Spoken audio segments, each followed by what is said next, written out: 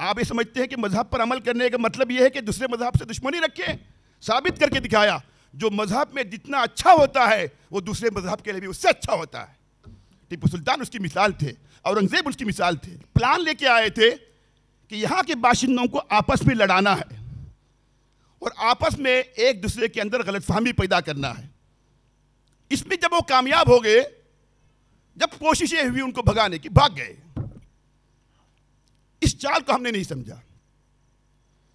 ہمارے مدارس نے سب سے پہلے یہ آواز اٹھائی، مجھے معاف فرمائیں، دنیا کے کسی مذہب کے کسی مذہبی پیشواؤں نے وہ رول ادا نہیں کیا اپنے ملک کی آزادی اور اس کو جو ہے دشمنوں سے چھڑانے کے لیے، جو ہندوستان میں ہندوستان کے علماء نے ادا کیا۔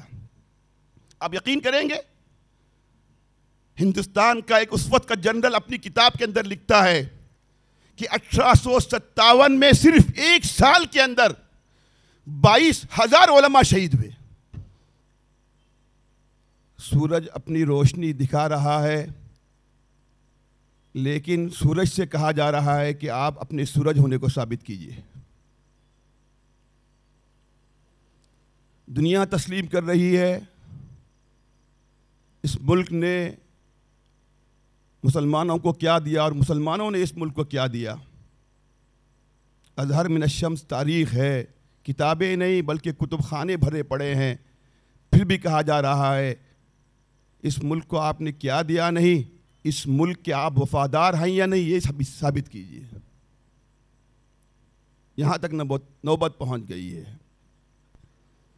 اس پورے پس منظر میں میرے ذہن میں بار بار بات آ رہی ہے کہ ہم تحریک آزادی میں مسلمانوں کے رول کے متعلق کیوں باتیں کر رہے ہیں؟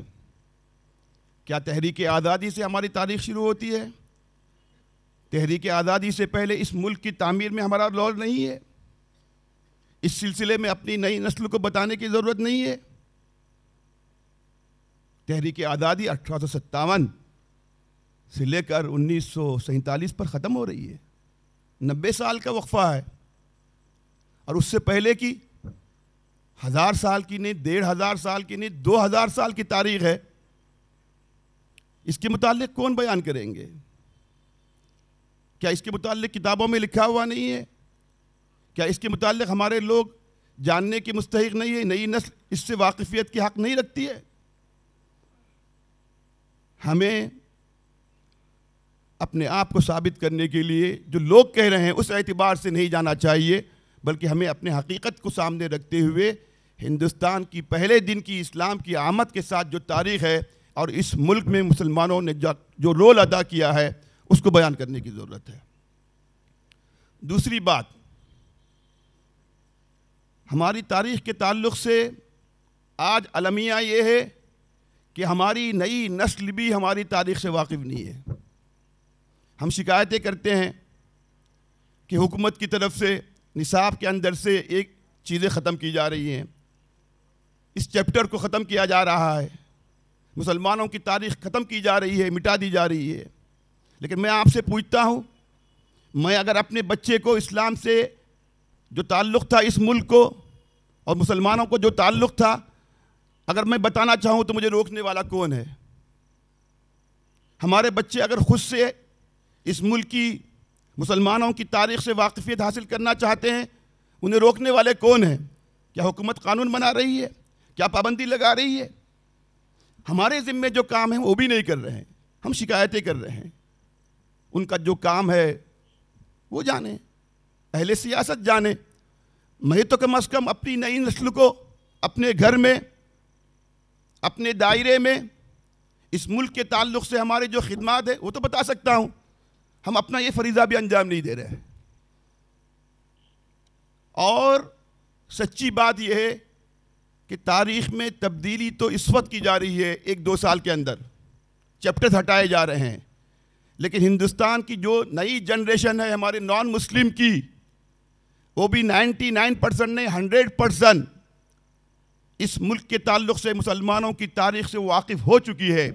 آپ ان کے گھر میں جائیے، سنجیدگی سے ان سے پوچھئے مسلمانوں کا کیا رول ہے، وہ خود کہیں گے ہم سے زیادہ آپ کا رول ہے۔ آج ہم سے ہماری وفاداری کا ثبوت مانگا جا رہا ہے۔ میں کہتا ہوں ہندوستان کی تاریخ میں ہمارے ہزاروں نے لاکھوں مجاہدین میں سے ایک مجاہد آزادی کی اگر زندگی کا ایک حصہ بھی سامنے آئے گا، ہم سب کی طرف سے وہ حصہ کافی ہے۔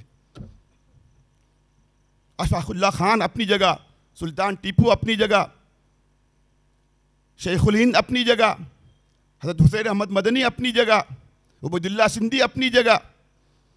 ان کے بعد کے جو لوگ ہیں، انہوں نے جو قربانیاں دی،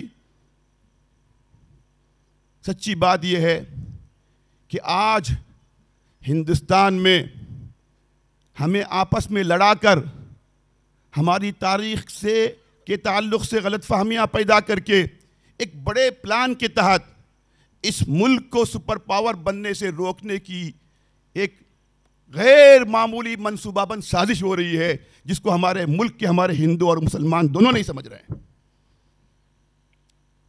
ملک صرف طاقت سے اور فوج سے ترقی نہیں کرتا، سپر پاور نہیں بنتا۔ معاشی میدان میں اس کی ترقی کی بھی ضرورت ہے، تعلیمی میدان میں ترقی کی بھی ضرورت ہے، فوجی میدان میں ترقی کی بھی ضرورت ہے، لیکن معاشی میدان میں اور مالی میدان میں ترقی کب کریں گے؟ جب باہر سے کمپنیاں آئیں گی، یہاں کا ماحول ایسا کریٹ کر دیا جائے گا، کوئی آنے کو تیار نہیں ہوگا۔ دشمن کامیاب ہو رہا ہے اور دشمن کی چال کو ہم سمجھ نہیں رہے ہیں۔ ہمارا ملک پوری دنیا میں سمجھتا ہوں سب سے پرانی تاریخ اگر کسی ملک کی ہے تو صرف عراق کی ہے اور ہندوستان کی ہے۔ عراق میں دنیا کا سب سے پہلا اللہ کا عذاب آیا، طوفان نوح آیا، اور دنیا کی پوری آبادی اس وقت عراق میں تھی، دجلہ اور فرات کے آس پاس تھی۔ عراق کے علاوہ کہیں دنیا میں آبادی تھی تو ہندوستان میں آبادی تھی۔ ہماری تاریخ امریکہ سے بھی قدیم ہے، ہماری تاریخ یورپ سے بھی قدیم ہے، ہماری تاریخ چائنا سے بھی قدیم ہے، ہماری تاریخ روس سے بھی قدیم ہے۔ یہ وہ ملک ہے جس کے متعلق کہا جاتا ہے کہ ہم سب کے جد امجد یہاں سے گزرے۔ اس کی اتنی پرانی تاریخ ہے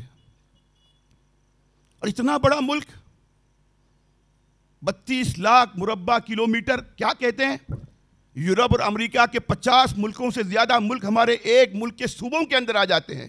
اتنا بڑا ہمارا ملک ہے۔ ہماری آبادی 1 کروڑ 1 ارب 40 کروڑ سے زیادہ ہے۔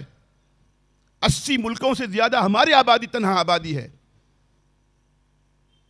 اس ملک کو اس طرح توڑا جائے گا، ختم کیا جائے گا؟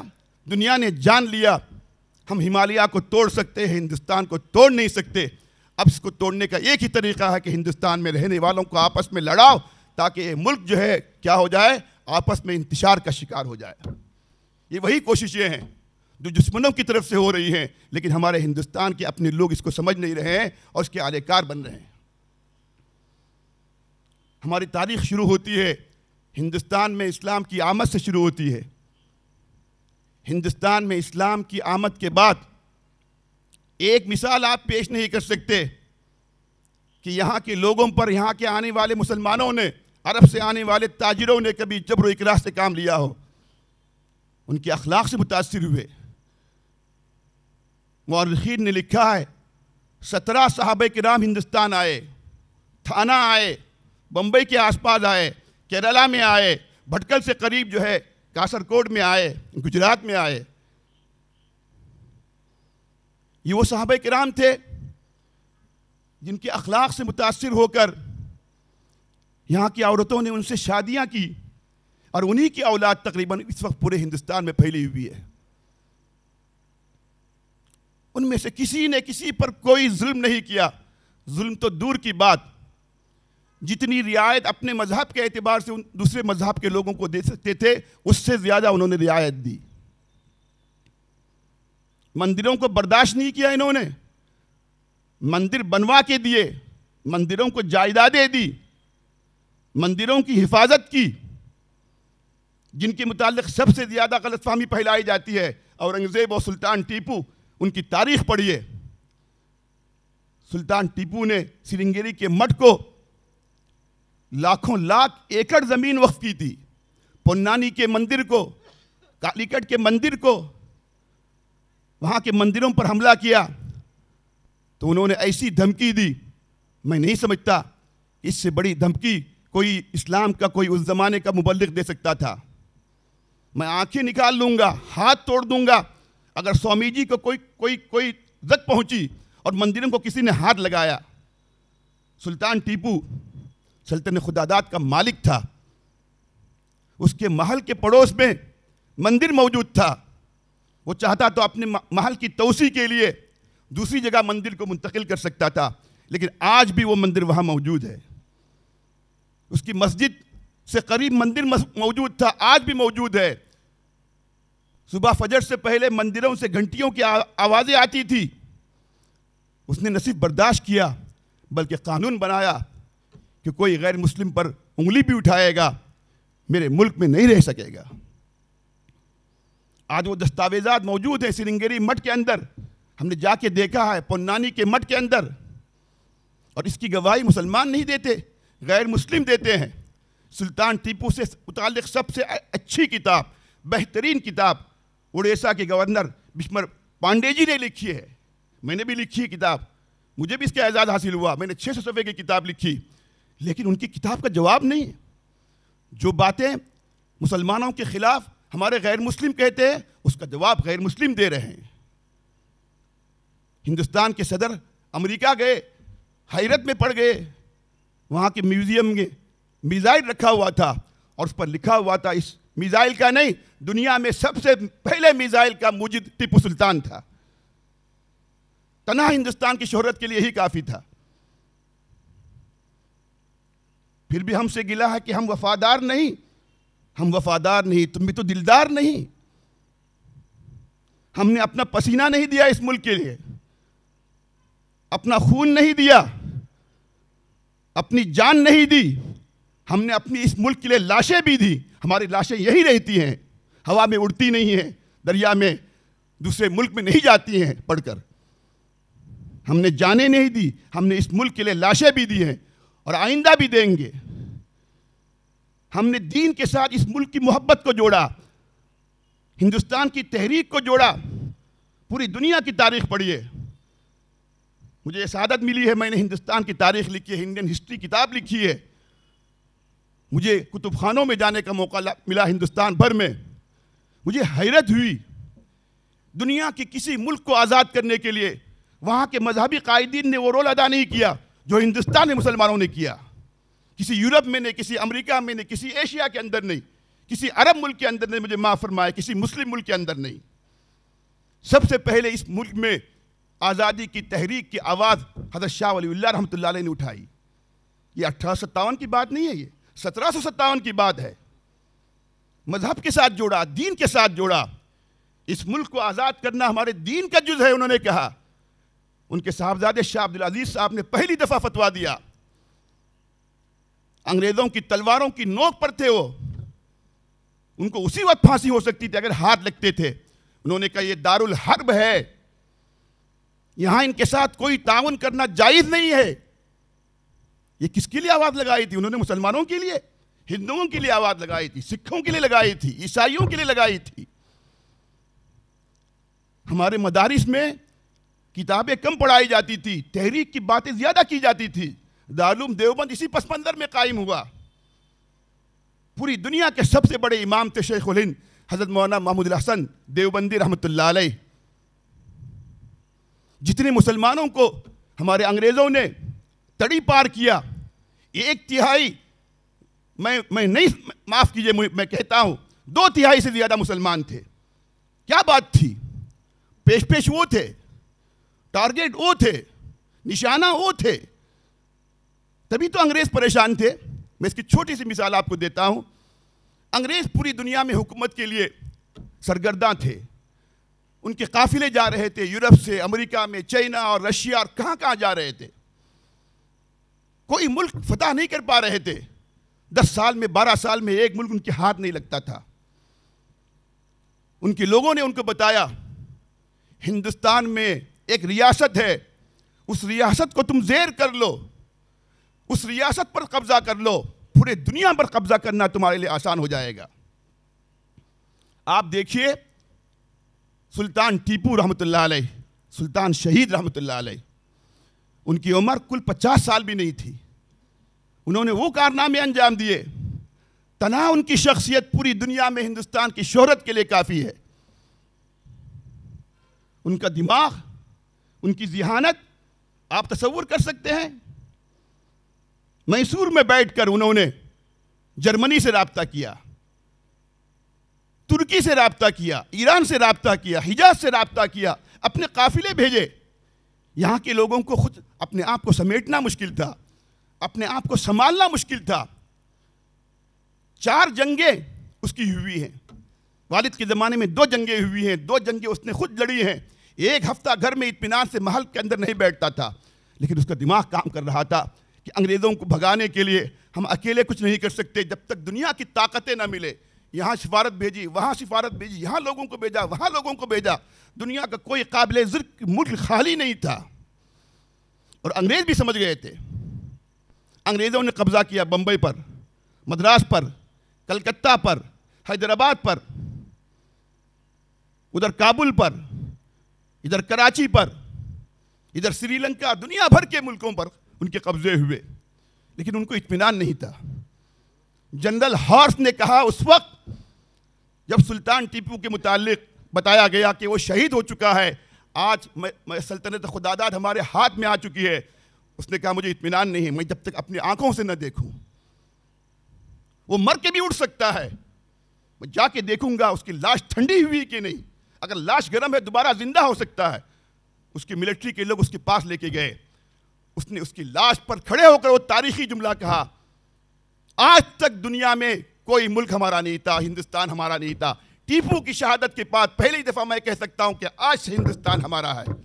کیا بات تھی وہ؟ اس سے بڑے ملک ان کے پاس تھے۔ سب سے بڑا خطرہ، سب سے بڑا دشمن کس کو سمجھ رہے تھے؟ کیا وہ اپنے اسلام کے لیے کر رہے تھے، دین کے لیے کر رہے تھے، شریعت کے لیے کر رہے تھے، ملک کے لیے کر رہے تھے؟ کسی بادشاہ کی مثال نہیں ملتی کو آگے رہ کر پیچھے ان کی ملٹری آتی ہو، ملٹری آگے بھیجتے ہیں، بادشاہ بیٹھ کے ڈائریکشن دیتا ہے۔ دنیا کا وہ پہلا بادشاہ تھا، ایک فوجی بھی اس کے آگے نہیں جا سکتا تھا، سب سے پہلے وہ جا کے جو ہے دشمنوں کی خبر لیتا تھا۔ کیا قربانیاں دی بہادر شاہ ظفر نے، جو قربانی دی پہلے سے لیجئے۔ محمد بن قاسم آئے، ہندوستان پر حملہ کرنے کے لیے نہیں آئے۔ ہندوستان اس وقت اتنا بڑا ملک تھا، اور آج پھر ہوگا اتنا بڑا، دنیا میں کوئی بر اعظم نہیں ہوگا۔ ہندوستان کا مطلب ہندوستان، پاکستان، افغانستان، بنگلہ دیش، بھوٹان، نیپال، سری لنکا، مالدیپ، یہ سب ممالک مل کر ایک ہندوستان کہلاتا تھا، اور اس کو کہتے تھے بر صغیر ہے، ایک جیسے ایشیا ہے اسی طرح کا ایک جو ہے کیا ہے، یہ ہمارا بر صغیر ہے، ایک بر اعظم ہے۔ راجہ داہر نے وہاں کے ہندوؤں پر ظلم کرنا شروع کیا سندھ پر، یہ 713 کی عیسوی کی بات ہے۔ ہندوؤں کے بلانے پر وہ وہاں پہنچا، وہ غاصب نہیں تھا، وہ قاتل نہیں تھا، غیر مسلموں نے لکھا ہے۔ راجہ داہر کے ظلم سے ہندوؤں کو بچانے کے لیے محمد بن قاسم 17 سال کی عمر تھی، وہ سندھ میں آیا اور اس ظالم بادشاہ کے ظلم سے ہندوؤں کو نجات دلا کر 3 سال کے اندر واپس چلا گیا۔ اگر اس کو حکومت کرنی ہوتی وہیں رہتا، قبضہ کر لیتا۔ اس سے بڑی بات کیا ہو سکتی ہے کہ مسلمانوں کے دلوں میں ہندوؤں کی کتنی محبت تھی، اور آج بھی وہ ہے۔ سچی بات ہے، مجھے قرآن مجید کی آیت یاد آ رہی ہے۔ قرآن مجید میں اللہ تعالیٰ فرماتے ہیں جو مسلمان نہیں ہیں، جو اللہ کو ایک نہیں مانتے ہیں، آپ ان سے تنہائی میں جا کے پوچھئے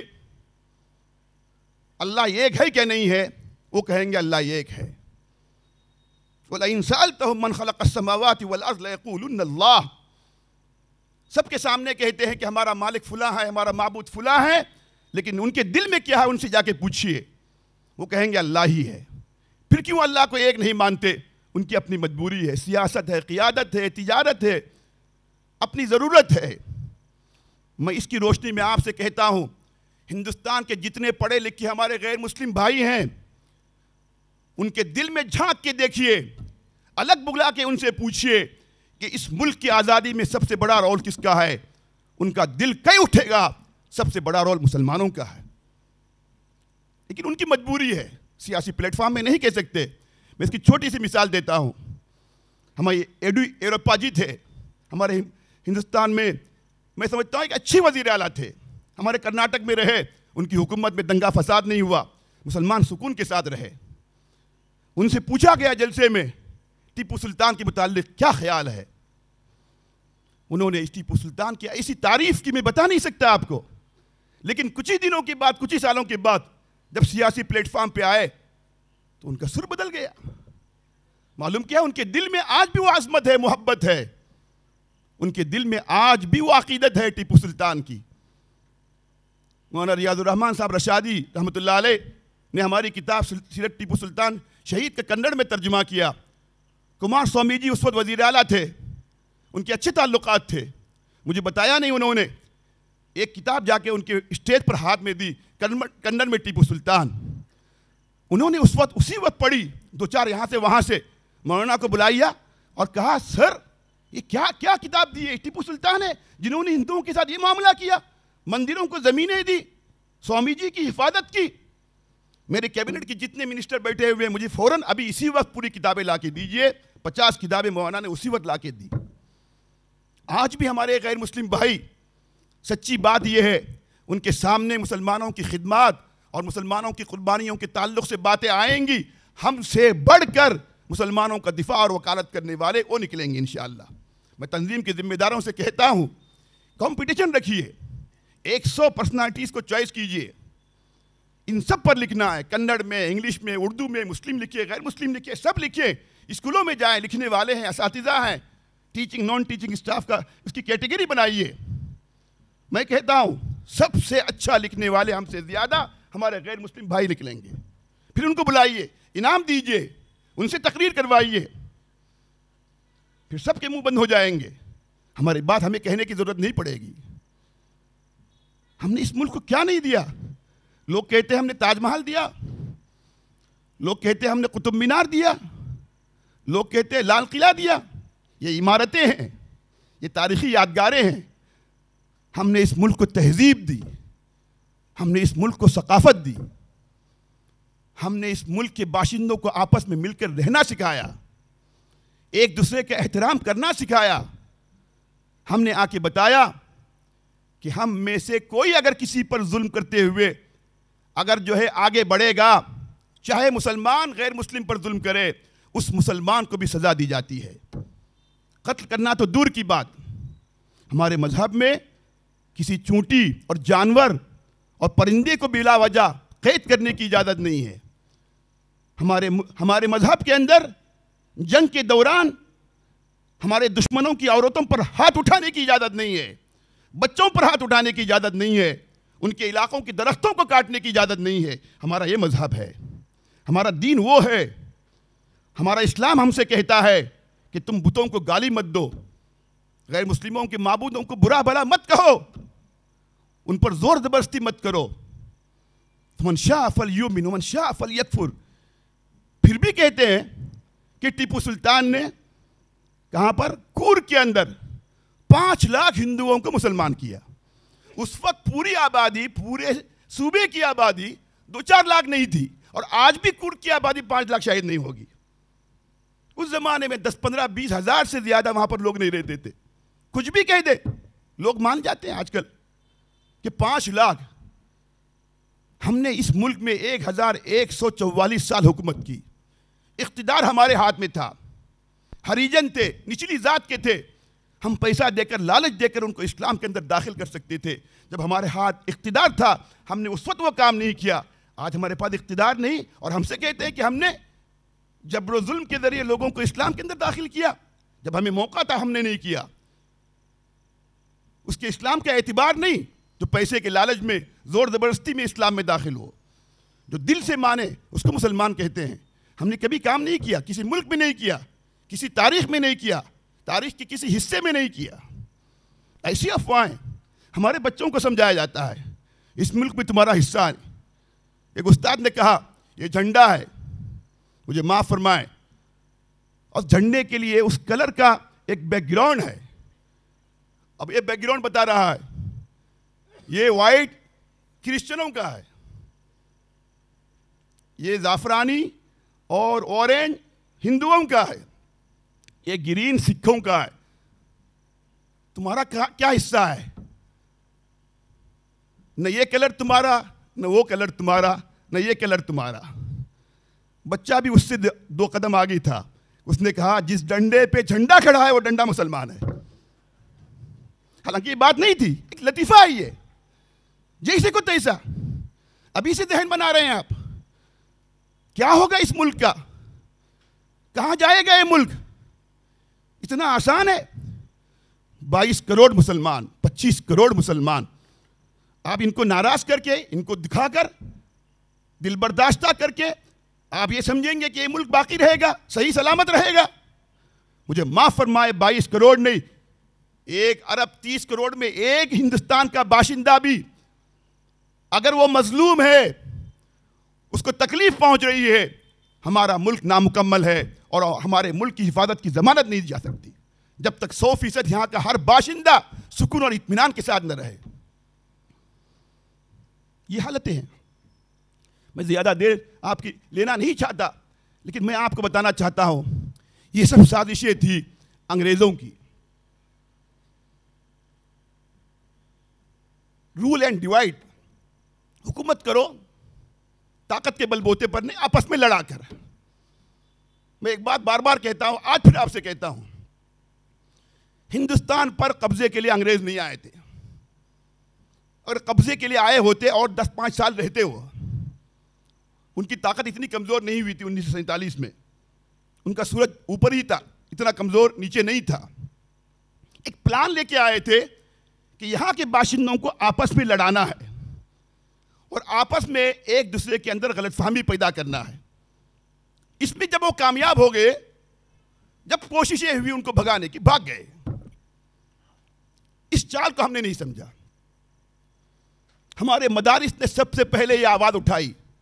مجھے معاف فرمائیں، دنیا کے کسی مذہب کے کسی مذہبی پیشواؤں نے وہ رول ادا نہیں کیا اپنے ملک کی آزادی اور اس کو جو ہے دشمنوں سے چھڑانے کے لیے، جو ہندوستان میں ہندوستان کے علماء نے ادا کیا۔ آپ یقین کریں گے، ہندوستان کا ایک اس وقت کا جنرل اپنی کتاب کے اندر لکھتا ہے کہ 1857 میں صرف 1 سال کے اندر 22,000 علماء شہید ہوئے۔ 22,000 علماء۔ تحریک احرار چلی، حضرت شاہ عطا اللہ بخاری نے چلائی، 20,000 سے زیادہ لوگ جو ہے صرف قید کر دیے گئے مسلمانوں میں سے۔ 5,000 دوسرے نہیں تھے۔ کیوں تھے؟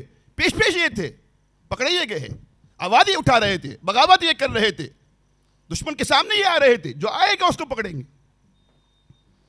انڈمان میں کالا پانی کے اندر سب سے زیادہ جو لوگ بھیجے گئے، مجھے اتفاق ہوا ہے، میں نے انڈمان میں جا کے وہ جیلیں دیکھی ہیں، انسانیت سوز وہاں کی حالتیں تھی۔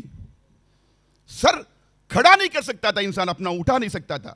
آج بھی ہیں وہ جیلیں کالا پانی کے اندر۔ ان جیلوں کے اندر میں گیا، میں نے خود دیکھا، ملیشیا سے 100 کلومیٹر کے فاصلے پر آج بھی ہماری وہاں پر حکومت ہے انڈمان میں۔ سب سے زیادہ جو قید وہاں پر کیے گئے 80% مسلمان تھے، 80% علماء تھے۔ مولانا یحییٰ، مولانا احمد اللہ وہیں جا کے جیل میں شہید ہوئے۔ شیخ الہند کو انگریزوں نے جو تنگ کیا، ہندوستان سے باہر یورپ میں مالٹا میں جا کے قید کر دیا۔ مالٹا میں، اٹلی کے اندر۔ شیخ الہند ہندوستان کے سب سے بڑے عالم نے، پوری دنیا کے سب سے بڑے عالم تھے۔ مولانا عبید اللہ ان کے شاگرد تھے، سندھی۔ سب سے پہلے وہ حجاز گئے تھے، حجاز سے ان کو پکڑا، مالٹا لے گئے۔ مولانا عبید اللہ سندھی پہلے آدمی تھے جنہوں نے ہندوستان سے بھاگ کر اپنے ساتھیوں میں اس کا اعلان کر دیا، میں ایک جلا وطن حکومت کا اعلان کرتا ہوں، اور کابل چلے گئے اور کابل میں جا کر انہوں نے ہندوستانی حکومت کا اعلان کر دیا۔ ان کے ساتھ ہندو بھائی بھی تھے، سکھ بھی تھے، عیسائی بھی تھے۔ یہ جرأت کس میں تھی؟ یہ ہمت کس میں تھی؟ انگریزوں کی غلامی کرنے والے، خبرگیری کرنے، مخبری کرنے والے 2% مسلمان نہیں تھے ہمارے، الحمدللہ۔ جانے دی انہوں نے اپنی ایمان کا حصہ سمجھا اور یہ یقین کر لیا، ان کے علماء نے بتایا، اس ملک کی آزادی میں آپ کے حصے سے آپ کو جنت میں بڑا درجہ ملے گا، اللہ آپ سے راضی ہو جائے گا۔ نماز روزے کی طرح انہوں نے فرض سمجھا، زکوٰۃ اور حج کی طرح اپنے دین کا اس کو رکن سمجھا۔ دیوبند اسی پس منظر میں قائم ہوا، ندوہ اسی پس منظر میں قائم ہوا۔ مولانا محمد علی جوہر گئے، کوئی مثال پیش کر سکتا ہے؟ گول میز کانفرنس میں 1931 میں گئے، لندن میں اس کانفرنس میں انہوں نے اعلان کر دیا اگر انگریزی ہندوستان سے آزادی کا پروانہ نہیں دیں گے میں ہندوستان واپس نہیں جاؤں گا، میں قیامت تک یہی رہوں گا اگر زندہ رہا تو۔ واپس نہیں آئے وہ، لندن میں ان کا انتقال ہوا آزادی کا پروانہ نہیں دینے کی وجہ سے۔ پھر ان کی لاش لے جائے گی بیت المقدس اور وہاں ان کو دفن کر دیا گیا۔ آج بھی بیت المقدس میں مسجد اقصیٰ سے متصل ان کی لاش موجود ہے، ان کی قبر موجود ہے۔ تحریک خلافت 1914 سے 1918 کے اندر تحریک خلافت وہاں ٹوٹی، ختم ہوئی ترکی کے اندر۔ یہاں کے ہندوؤں نے ساتھ دیا، اس خلافت کی وجہ سے ہندوستان میں سکون تھا۔ اور اس کا ساتھ دینے والے کون تھے؟ ہمارے گاندھی جی تھے۔ وہ تحریک خلافت نام کی تھی، وہ تحریک آزادی ہند تھی۔ وہ مسلمان اس کے اندر شامل ہو گئے۔ بھٹکل میں اس کے لوگ موجود تھے، تحریک خاکسار کے نام سے تحریک چلی، سینکڑوں لوگ ہمارے بھٹکل کے اس میں شامل ہوئے۔ اس تحریک نے جو انقلاب برپا کر دیا انگریزوں کے خلاف، آپ تصور نہیں کر سکتے۔ اس وقت انگریزوں نے کیا کیا؟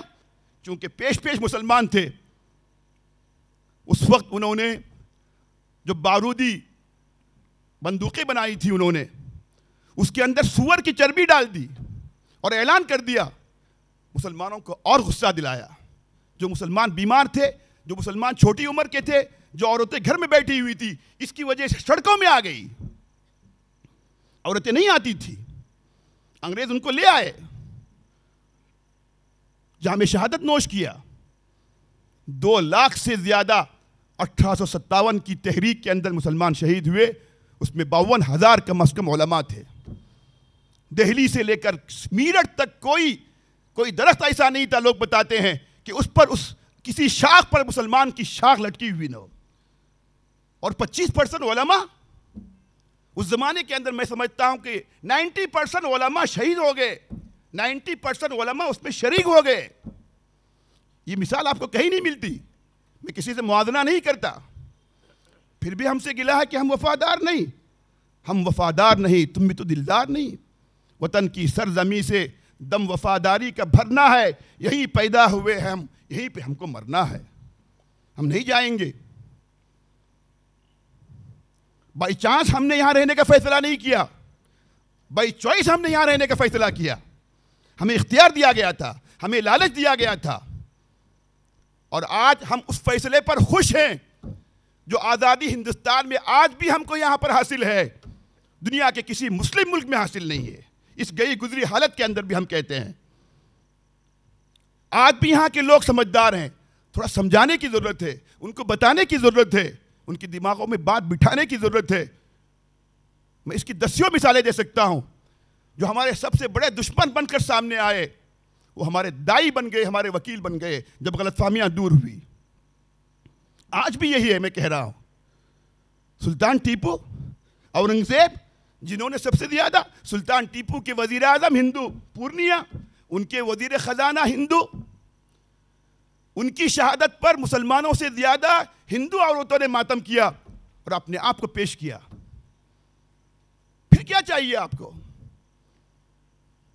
آپ یہ سمجھتے ہیں کہ مذہب پر عمل کرنے کا مطلب یہ ہے کہ دوسرے مذہب سے دشمنی رکھیں؟ ثابت کر کے دکھایا، جو مذہب میں جتنا اچھا ہوتا ہے وہ دوسرے مذہب کے لیے بھی اس سے اچھا ہوتا ہے۔ ٹیپو سلطان اس کی مثال تھے، اورنگزیب اس کی مثال تھے۔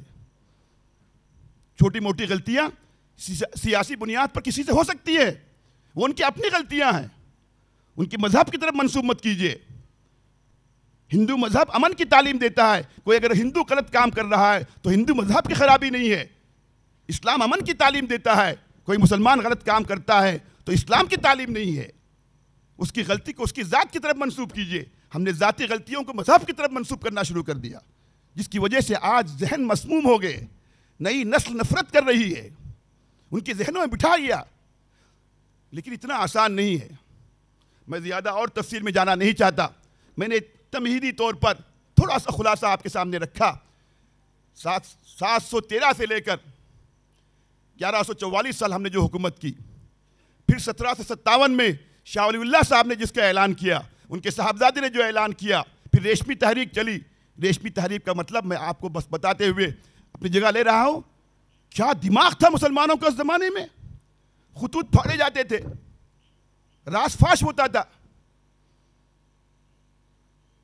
اور کوئی بات ہم دشمن کی اپنے دوستوں تک, دوسرے ملکوں تک پہنچا نہیں سکتے تھے. انہوں نے کیا کیا؟ شیخ الہند نے, مولانا عبید اللہ سندھی نے, حضرت مدنی نے, ان لوگوں نے کیا کیا کہ ریشمی کپڑا لا کر چھوٹے چھوٹے خط سے لکھتے تھے. دور سے دیکھنے سے اس پر کچھ لکھا ہوا معلوم نہیں پڑتا تھا. جا رہی ریشمی رومال, لیکن اس کے جا رہا ہے خط. ایک دن بھانڈا پھوٹ گیا, لیکن کام ہو چکا تھا. اسی کو ریشمی تحریک, رومال تحریک کہتے ہیں, تحریک خلافت کہتے ہیں, تحریک احرار کہتے ہیں. اس ملک میں آزادی میں جس نعرے نے سب سے زیادہ اہم رول ادا کیا, وہ کیا نعرہ تھا؟ انقلاب. کون سا نعرہ تھا؟ انقلاب زندہ باد. کس نے دیا؟ حضرت موہانی نے دیا, عالم دین نے دیا, مدرسے کے طالب علم نے دیا. اگر یہ نعرہ نہیں ہوتا شاید 10-20 سال اور انگریز رہتے. یہ نعرہ ان پر بجلی بن کر گزرتا تھا. سب مل کر, جن کو اردو بھی نہیں آتی تھی, جن کو بولنا نہیں آتا, یہ تامل, یہ مراٹھی, یہ کرناٹک کے کنڑی, یہ ملیالم لوگ, کوئی آئے نہ آئے انقلاب زندہ باد ضرور بولتے تھے. وہ سب مل کے بولتے تھے, بجلی بن کر گرتی تھی, اور وہاں آنے کی ہمت نہیں کرتے تھے. ہم نے کیا نہیں دیا؟ آپ پوچھتے, ہم کہتے ہم نے کیا نہیں دیا, ہم نے کیا نہیں کیا. میں نے پہلے کہا ہم نے آنسو دیے, ہم نے اپنا خون دیا, ہم نے اپنی جان دی, اور ہم نے اپنی لاش بھی دی. ہم نے اپنی لاشیں بھی دی. ہم وفاداری میں ایسا نمونہ ہم نے پیش کیا, انسانی تاریخ پیش نہیں کر سکتی. بس پھر میں آپ سے کہتا ہوں, مایوس ہونے کی ضرورت نہیں. شام کے بعد صبح آتی ہے, اندھیرے کے بعد اجالا آتا ہے. یہ پو پھٹنے والی ہے. ہندوستان کا مسئلہ صاف ہونے والا ہے. ہم شیر و شکر ہو کر اس ملک کو انشاءاللہ پہلے سے زیادہ مضبوط کریں گے. اس ملک کو توڑنا ہمالیہ سے زیادہ میں سمجھتا ہوں آسان نہیں ہے. ہمالیہ ٹوٹ سکتا ہے, بحر عرب سے زیادہ گہرا ہے, ہمالیہ سے زیادہ مضبوط ہے. دنیا کے پہاڑ ٹوٹ سکتے ہیں, یہ ملک اب ٹوٹ نہیں سکتا. جو ٹوٹ چکا, پوری طاقتیں مل کر اس کو توڑ نہیں سکتی. اپنے مطلب کے لیے, کچھ دن کے لیے ہمیں آپس میں لڑائیں, لیکن ہم پھر بھائی بھائی بن کے اس ملک پہ رہیں گے. غلط فہمیاں دور ہوں گی, اور اپنے اپنے مذہب کے مطابق یہاں پر عمل کرنے کی پہلے سے زیادہ انشاءاللہ اجازت ہوگی. اس وقت ہمارا ملک حقیقی معنی میں سپر پاور کہلانے کا مستحق ہوگا. اس معنی میں سپر پاور ہمارا ملک بنتے جا رہا ہے, دشمن کی آنکھوں میں کھٹک رہا ہے. اس لیے سپر پاور بننے سے روکنے کے لیے یہ سب سازشیں ہو رہی ہیں.